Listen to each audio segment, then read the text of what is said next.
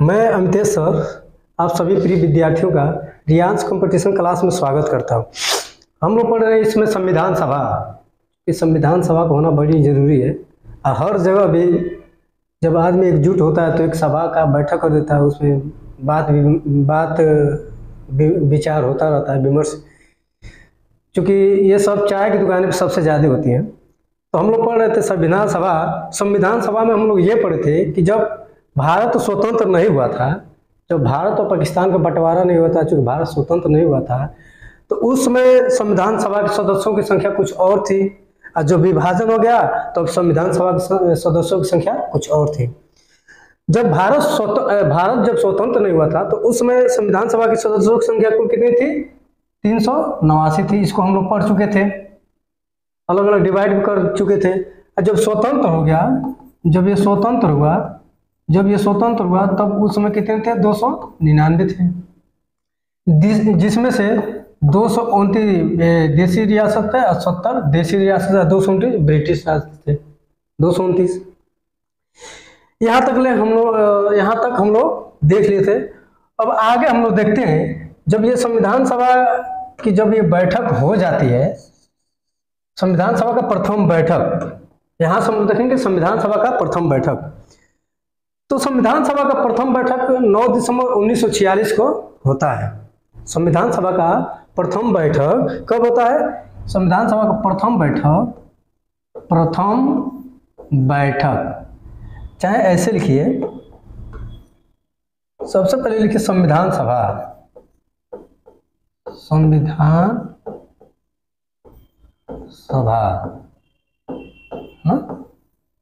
क्या हो गया? संविधान सभा। संविधान सभा का प्रथम बैठक कब होता है? प्रथम बैठक 9 दिसंबर 1946 को होता है। 9 दिसंबर 1946 कब होता है? 9 दिसंबर 1946 को होता है। इस समय एक मतलब जब किसी भी सभा का गठन होगा तो कोई ना कोई उसमें अध्यक्षता करेगा, अध्यक्ष की जरूरत होगी। तो उस समय कोई अध्यक्ष नहीं चुना गया था। तो उस समय जब संविधान सभा की बैठक हुई थी तो उसमें देखा गया कि सबसे बुजुर्ग कौन व्यक्ति हैं। जैसे कि जब कहीं गांव में, आमतौर पर गांव में जब पंचायत होती है तो कोई भी डिसीजन निकाला जाता है, सबसे बुजुर्ग आदमी को देखा जाता है कि चाचा आप बताइए कि मतलब क्या ये बात सही है, आपके हिसाब से ये बात सही है तो इस बात को रखा जाए। तो उसी तरह संविधान सभा में जब 9 दिसंबर 1946 को प्रथम बैठक होती है तो इसमें अस्थायी अध्यक्ष कौन?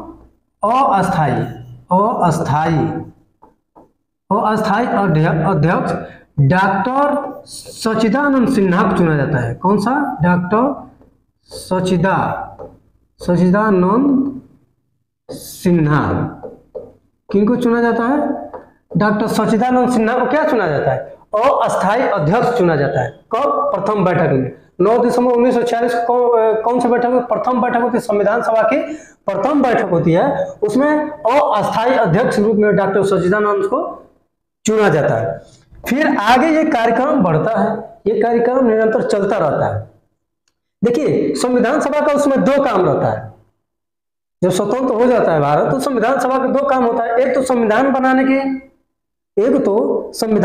के काम होता है, और दूसरी मतलब विधान परिषद का भी इसका काम होता है। 2 काम इसका चलता है। शाम को वो वाला काम चलता है और सुबह में संविधान बनाने का काम चलता है।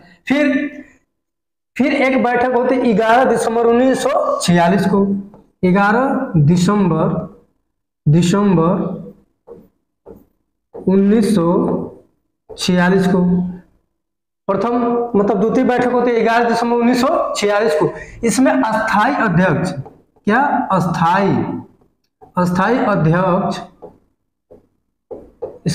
अस्थायी अध्यक्ष किसको बनाया जाता है? सभी लोग जानते हैं अस्थायी अध्यक्ष किसको बनाया जाता है? डॉक्टर राजेंद्र प्रसाद को। किसको? डॉक्टर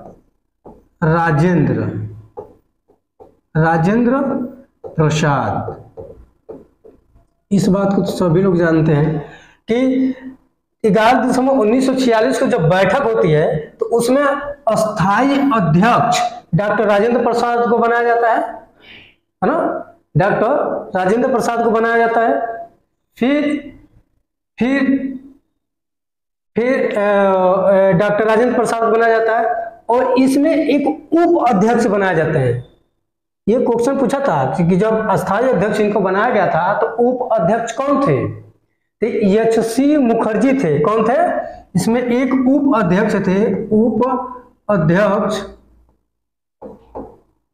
उप अध्यक्ष कौन से? एच.सी. मुखर्जी कौन थे? एच.सी. मुखर्जी है ना, उपाध्यक्ष कहिए चाहे उपाध्यक्ष कहिए ना। तो 11 दिसंबर 1946 को अस्थायी अध्यक्ष डॉक्टर राजेंद्र प्रसाद को बनाया जाता है और इसके उपाध्यक्ष कौन बनते हैं? एच.सी. मुखर्जी बनते हैं। इसको नोट कर लीजिएगा, बहुत इंपॉर्टेंट, मतलब ये जो उपाध्यक्ष वाला है पॉइंट, ये बहुत मतलब इंपॉर्टेंट चीज है, इसको नोट कर लीजिएगा। फिर बैठक होते हैं, फिर अगस्त प्रस्ताव मतलब उद्देश्य प्रस्ताव लेकर आते हैं। पंडित जवाहरलाल नेहरू क्या लेकर आते हैं? उद्देश्य प्रस्ताव कब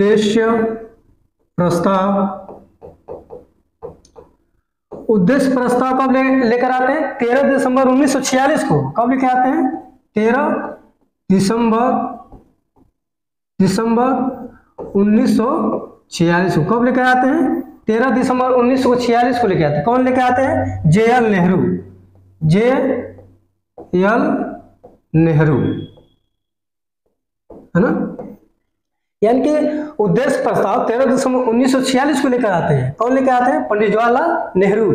लेकिन इसको स्वीकृति मिलती है 22 जनवरी 1947 को। लेकर तो आते हैं 13 दिसंबर 1946 को उद्देश्य प्रस्ताव लेकर तो आते हैं पंडित जवाहरलाल नेहरू, लेकिन इसको स्वीकृति इसको मिलती है 22 जनवरी 1947 को। कब मिलती है? 22 जनवरी 1947 को। वह क्लियर ना। ये देखिए, ये जितना था अभी तक, जितना ये कहानी चल रहा है, ये सब के सब कहीं ना कहीं ये प्रश्न पूछे गए, किसी ना किसी एग्जाम में ये प्रश्न पूछे गए। ये था। अब चूंकि देखिए संविधान सभा में अनुसूचित जनजातियों की संख्या देखी जाए तो उसमें 33 लोग थे। अनुसूचित जनजातियों की संख्या देखी जाए संविधान सभा में कितने परसेंट है? 33% लोग थे। और फिर इसमें 15 महिलाएं थी। संविधान सभा में कितनी महिलाएं थी? ये क्वेश्चन पूछा था, संविधान सभा में कितनी महिलाएं थी? 15 महिलाएं थी। 15 महिलाएं थी। इन 15 महिलाओं में एक मुस्लिम महिला थी। ये क्वेश्चन पूछा गया था कि जो ये 15 महिलाएं हैं, इसमें एक मुस्लिम महिला थी, बेगम एजाज रसूल। कौन थी? बेगम एजाज रसूल। इनका नाम क्या था? जो मुस्लिम महिला थी, मुस्लिम महिला कौन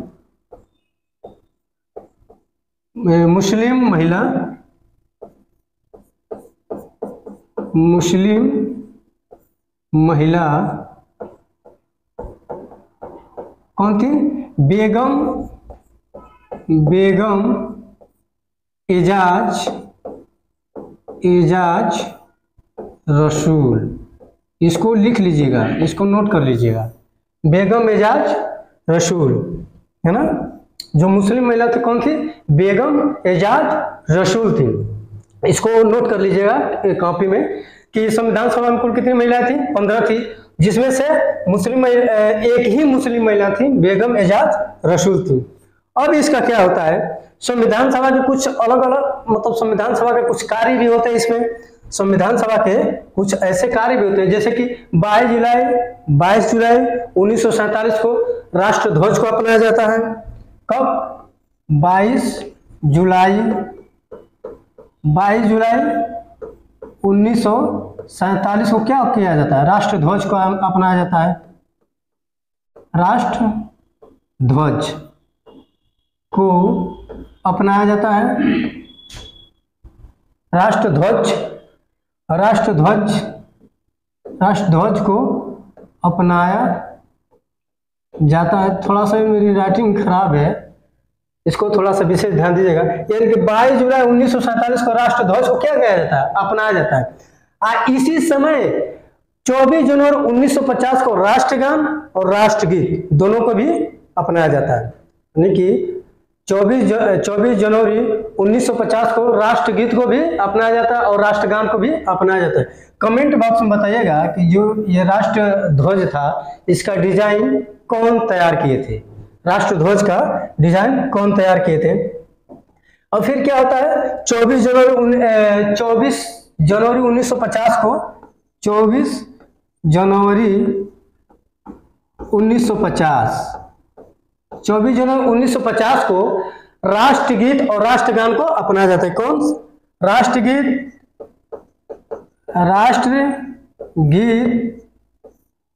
एवं राष्ट्रगान,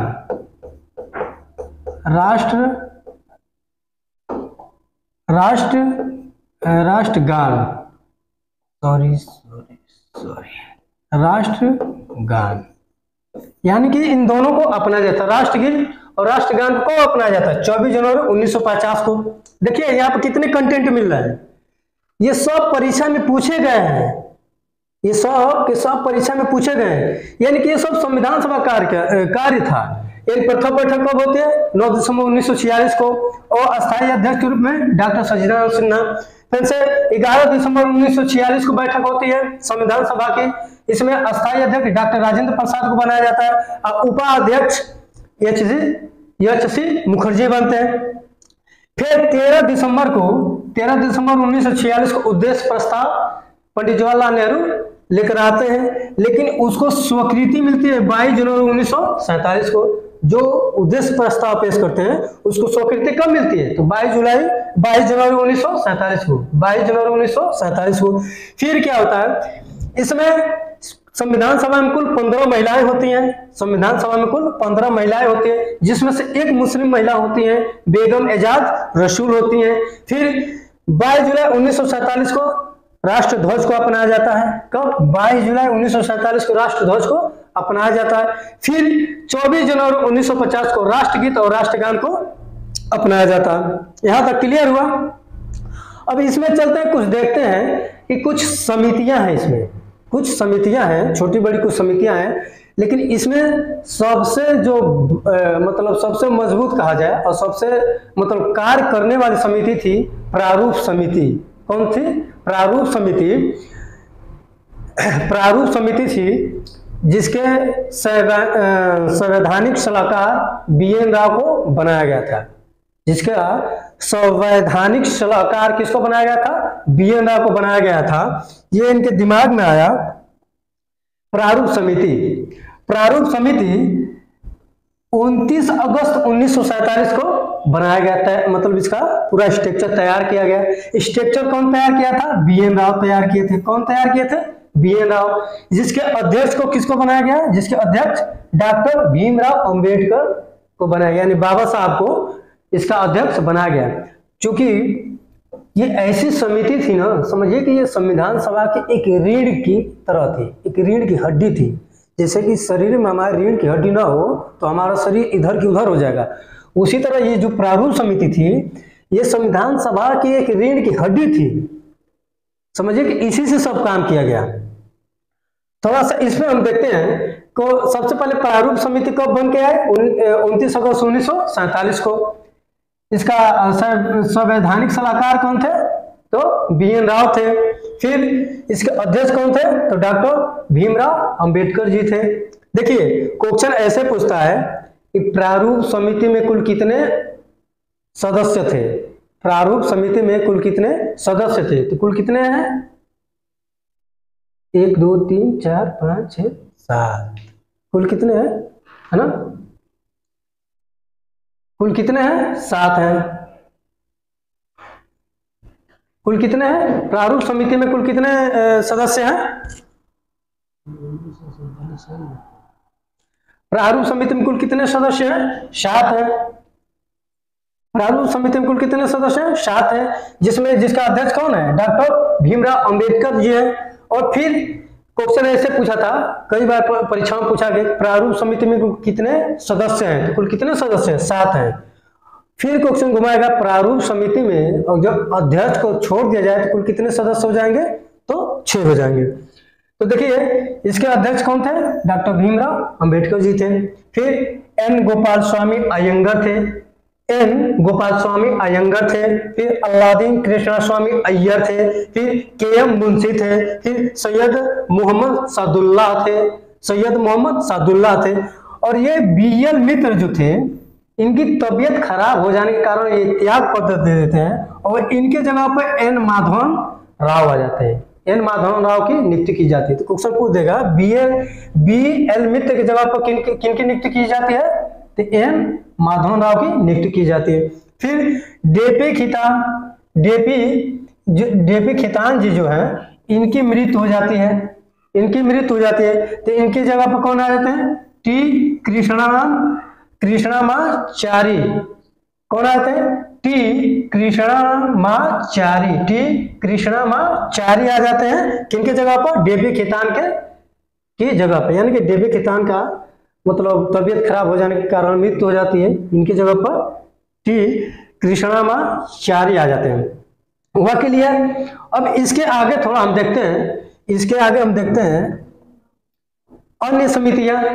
इसके आगे देखते हैं हम लोग अन्य समितियां। चूंकि संचालन समिति थी जिसके अध्यक्ष कौन होते हैं, डॉक्टर राजेंद्र प्रसाद होते हैं। संचालन समिति का अध्यक्ष कौन होते हैं, डॉक्टर राजेंद्र प्रसाद होते हैं। फिर संघीय संविधान समिति के अध्यक्ष डॉक्टर पंडित जवाहरलाल नेहरू होते हैं। सॉरी, संघीय संविधान समिति का अध्यक्ष कौन होता है, पंडित जवाहरलाल नेहरू होते हैं। ये क्वेश्चन बार बार पूछे जाते हैं, ये बार बार रिपीट किए जाते हैं, इसको याद एकदम करना जरूरी है, हर एक कंपटीशन के एग्जाम में आते रहते। फिर से प्रांतीय संविधान समिति के सरदार वल्लभ भाई पटेल थे, इनको लौह पुरुष भी कहा जाता था, सरदार वल्लभ भाई पटेल को लौह पुरुष भी कहा जाता था। तो प्रांतीय संविधान समिति का अध्यक्ष कौन थे, सरदार वल्लभ भाई पटेल थे। फिर प्रारूप समिति जिसके डॉक्टर भीमराव अंबेडकर थे, इसको ड्राफ्टिंग कमेटी समिति भी कहा जाता है, इसको ड्राफ्टिंग कमेटी भी कहा जाता है। क्या कहा जाता है, ड्राफ्टिंग कमेटी भी कहा जाता है। फिर संघ शक्ति समिति के अध्यक्ष कौन थे, तो जे.आर. नेहरू थे।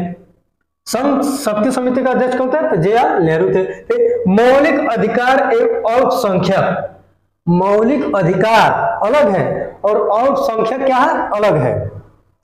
मौलिक अधिकार अलग है और अल्पसंख्यक अलग है।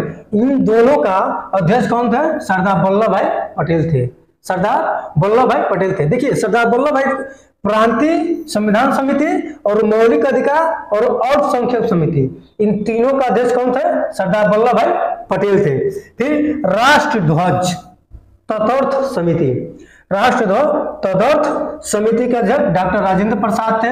फिर मौलिक अधिकार उप समिति, ये क्वेश्चन पूछ दिया है, कई बार पूछा है, अल्पसंख्यक उप समिति, मौलिक अधिकार उप समिति, गलत हो जाता है, लोग गलत कर देते हैं। तो मौलिक अधिकार उप समिति का अध्यक्ष कौन थे, जेबी कृपलानी। और अल्पसंख्यक उप समिति का अध्यक्ष कौन थे, एच.सी. मुखर्जी। यहां तक क्लियर हुआ, इसको याद कर लीजिएगा, इसको लिख लीजिएगा कॉपी में, इसको रट लीजिएगा, ये क्वेश्चन बार बार पूछे जाते हैं। और थोड़ा सा चैनल को लाइक कीजिए, सब्सक्राइब कीजिए और हमारे मनोबल को बढ़ाइए और बढ़िया बढ़िया कमेंट से भर दीजिए। थैंक यू सो मच, धन्यवाद।